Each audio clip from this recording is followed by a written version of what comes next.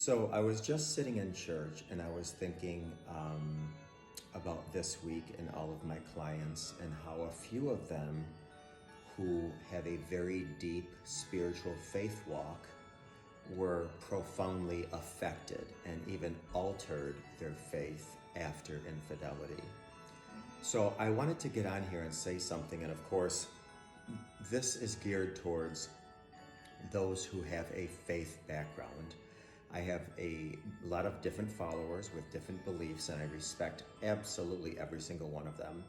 So this right here is more geared towards those that have a faith walk and that has been affected after your spouse has betrayed your trust. I just wanted to say, the world we live in now was not the world that was initially intended to be. When the Garden of Eden was created with Adam and Eve, it was a sinless earth. We had no sin, no wrongdoing. And it was because of man, and I use that gender, across the board. It was because of man's choices and decisions and behavior that sin fell upon the earth. And here we are 2,000 years later, still living in an earth that is full of sin because of man's choices. Man's choices, man's decisions, man's behavior. Not God's, man's. This was never God's original design. So, the reason we have choices is because God's greatest gift to us is the choice to love. So he can't take away his choice. He can't take away our ability to make choices, or else he'll take away his greatest gift to us, which is to choose love.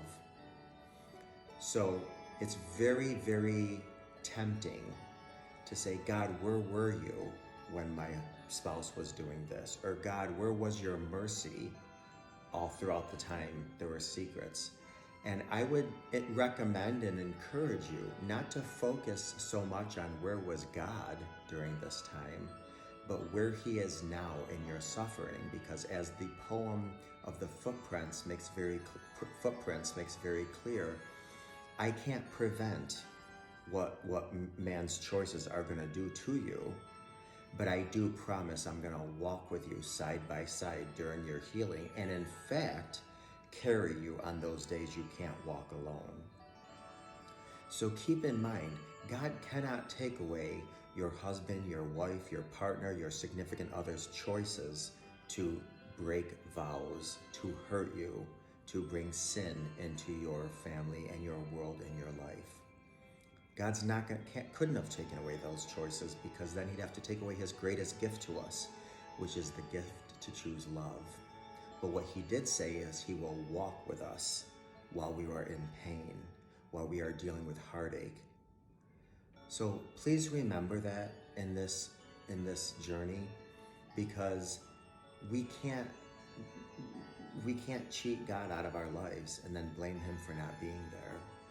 This was never his intention. This was never his original design. And his heart breaks far more for you than yours does for your current situation. So don't block him out of your life. If anything, embrace him now.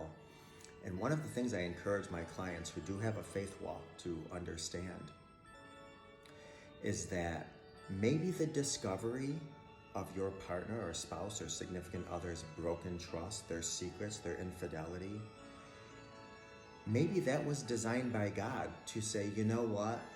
This is the day where I'm going to stop having my child live in darkness. This is the day I'm done with my child being duped and deceived.